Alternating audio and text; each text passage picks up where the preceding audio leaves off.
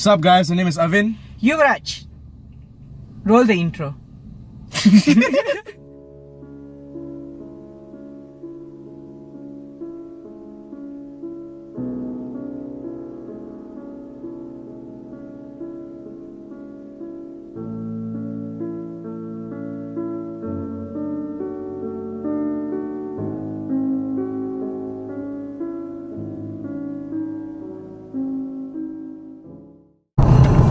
And we're back. What's up, guys? Welcome to our second video on our YouTube channel, Autologists, and today we are driving the Mazda CX-3 2017/2018. This is actually the facelifted version. Okay. What does So it looks a bit more sportier. that mean? Okay. It looks cooler. Okay. And it's a new model. So Yes. New models. So what what do you think about the numbers of the car? Okay. I actually did do my research this time, and this car has a horsepower of 154 horsepower. Not bad. And not bad. Uh-huh. Yeah. And I know it also has 204 Newton meters of torque. You did it. Did it? You did it. See, guys, are useful too, not just to make jokes. The Honda HR-V has 142 horsepower and 170 Newton meters of torque, which we can say that the CX-3 is far faster. This car feels a lot quicker, I would say. Quicker? Yeah. I mean, I haven't personally driven the new Honda HR-V, but from what I have driven this car. Oh my England, man! From what I have tested, this car actually goes really, really fast, and you wouldn't even know that it's going around 140 km, 145 km. It's just so smooth. We didn't test it out. What do you mean you didn't test it out? We heard it from a friend. Yes, we heard it from a friend. It is very, very smooth. Okay, so what do you think about the performance of the car when it comes to, like how it drives and everything? This car is really good. Really? Okay. This car has, it's a 2-liter engine. Okay. It's really smooth. It's quick. Okay. You don't feel like you're driving a very slow car. Okay. The suspension is very nice. Okay. Because this car has this concept where it's called one horse, one body in English, where you feel that the driver and the car is one. Okay. You don't feel like you're disconnected from the car. You feel like you're a part of the car. Okay. So whenever you're going on any wavy roads, or shall I say like this kind of road, normally if you drive other cars, you feel like you're going over the bump, so you tend to jump up a bit. Like a roller coaster sometimes. Like a roller coaster. You up and down and vomit. But in this car, you feel like you are a part of it. So if the car goes this way, you feel like your body is going with the flow. Going with the flow, right? That's the word. Yeah, going with the flow. It's a really, really cool concept. Yeah, I don't think many cars have that concept. No, I know my car doesn't. Like, it's like when I drive my car. it drives a Myvi. Okay, enough with the Myvi jokes, man. I get it. You don't like Myvis. Okay, I know, but yeah, it's like when I'm driving over, like I'm driving really fast, and there's like a big bump.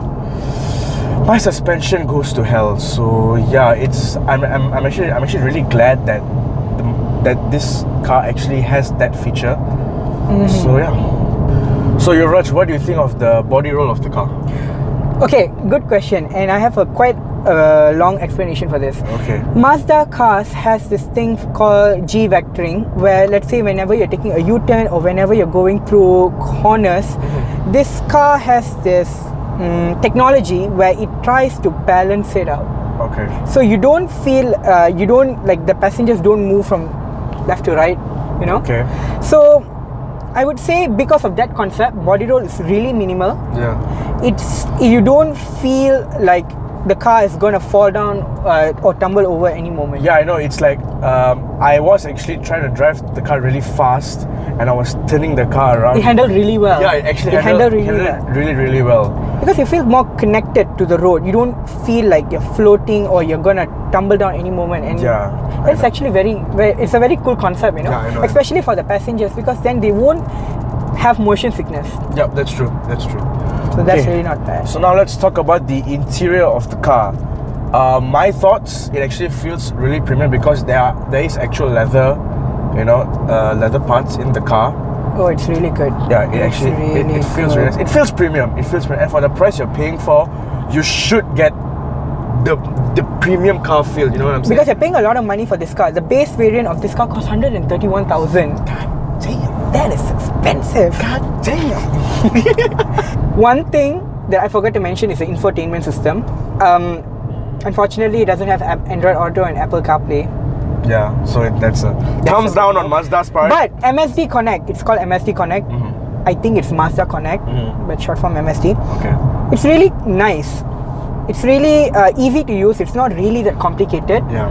Because you can't use the touchscreen when the car is moving. You only use the knobs available. Yeah.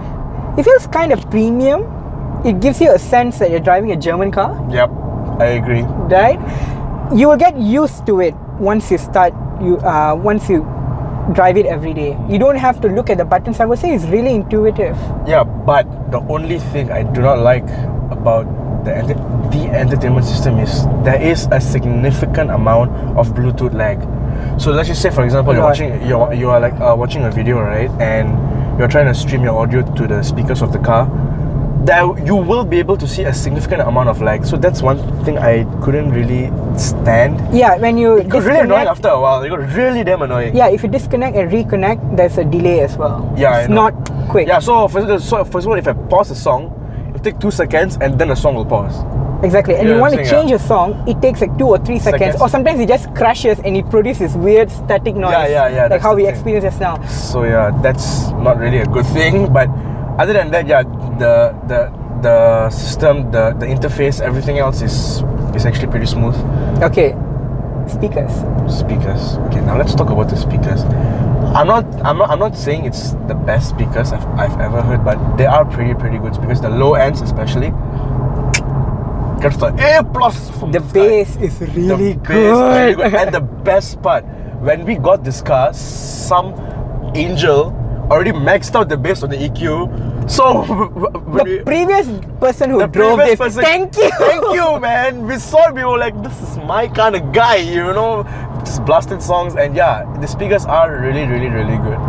It's really good, but just don't compare it with other expensive cars. You might notice a difference. Yeah, that's true. But if you were to drive this car for the first time and without comparing, I think you'll be very happy with it. Yeah. There's no complaints.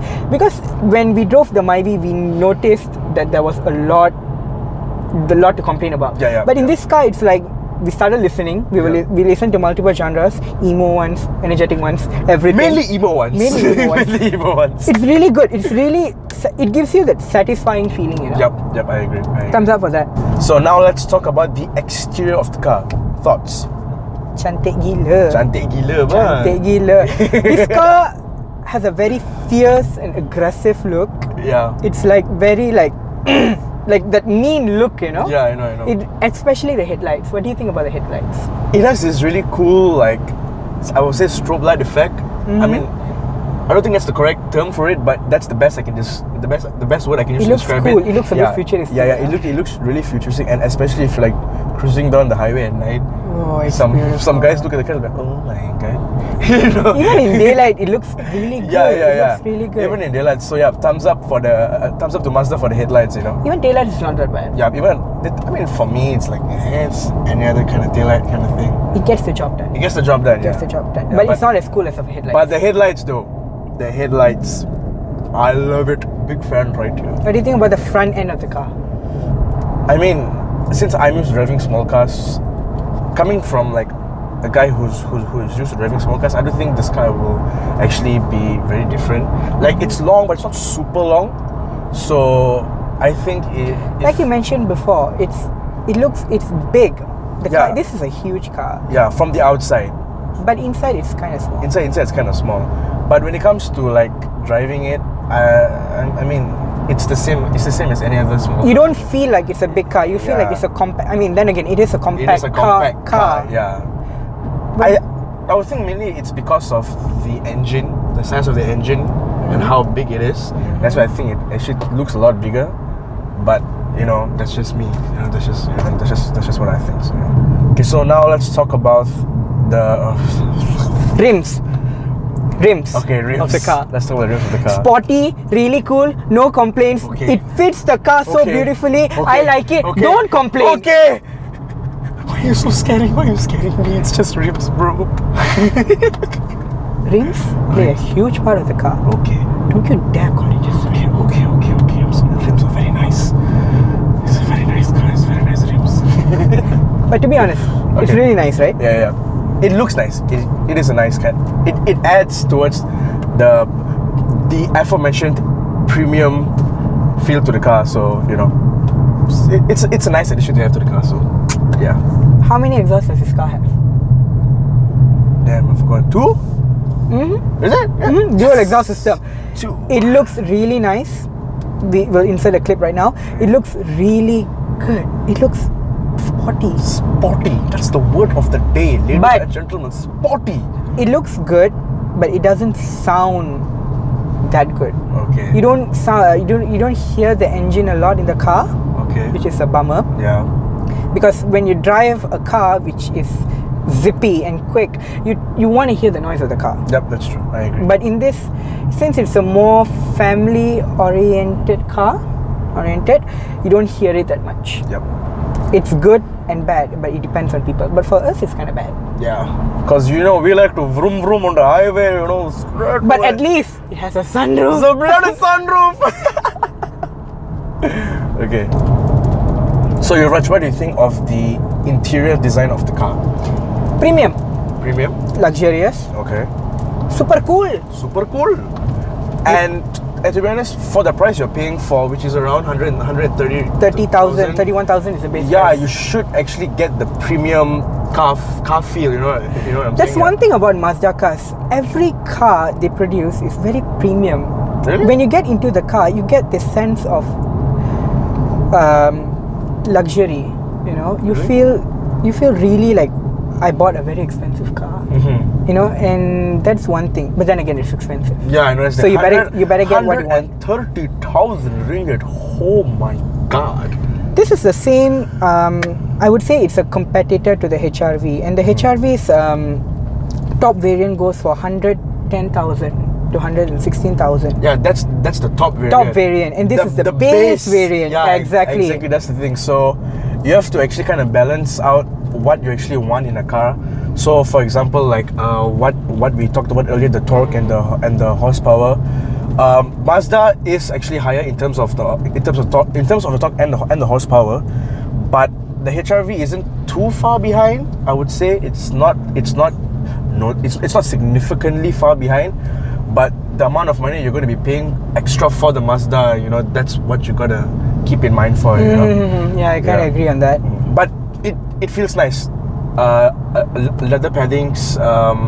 Everywhere. The aircon knob feels premium. The aircon knob feels premium. The buttons on the steering feel very premium. Yeah, I know. What do you think of the speedometer?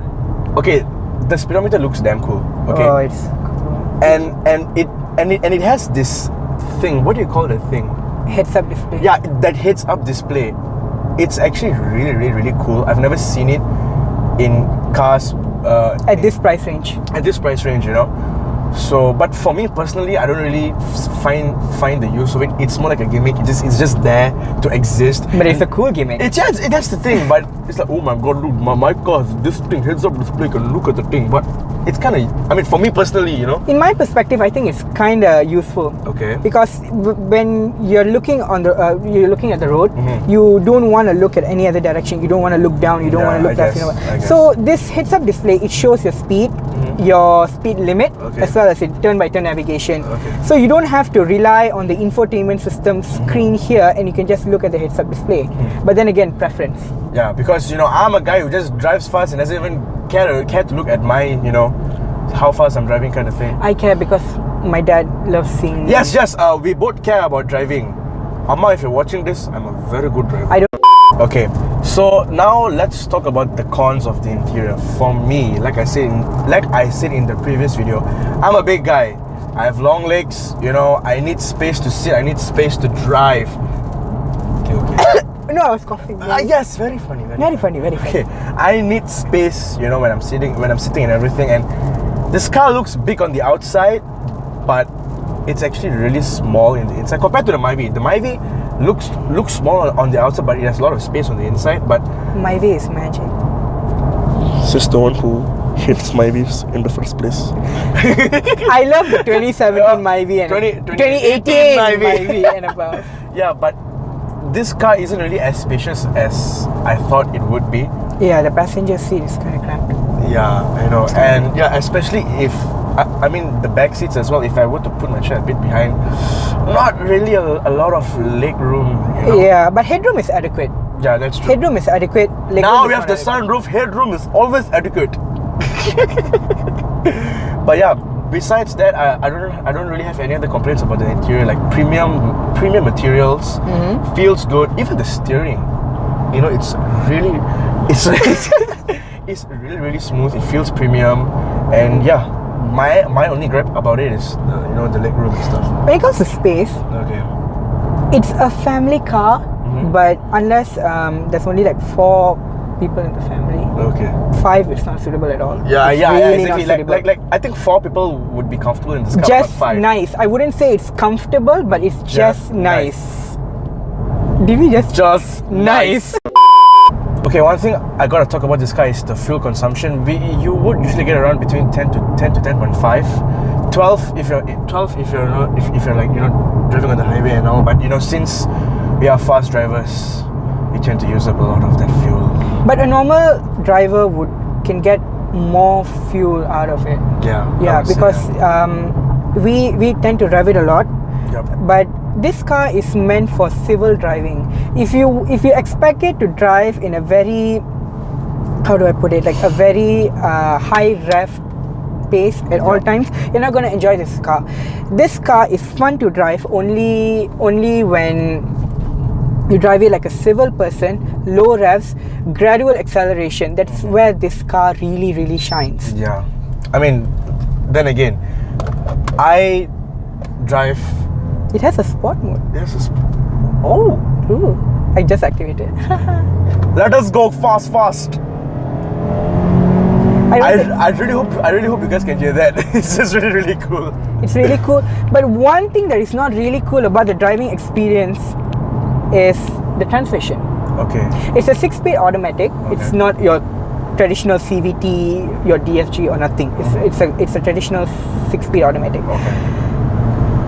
It's not good in this car. You know why? There is a lot of lag. This car takes time to think what gear is appropriate for that current speed. It takes a minute. Like if you floor it, I have noticed that actually. Yeah, it's really annoying because yeah. if you tend to drive other cars, the gearbox tend to be quick. Yep. In this, you gotta leave the car to think what is the best situation. And even if this car has pedal shifters, even if you use those pedal shifters, it doesn't give you full control of the car. Yep. For example, if you're driving at 88 kilometers right now, let me just change it. I am driving on the 3rd gear. Okay.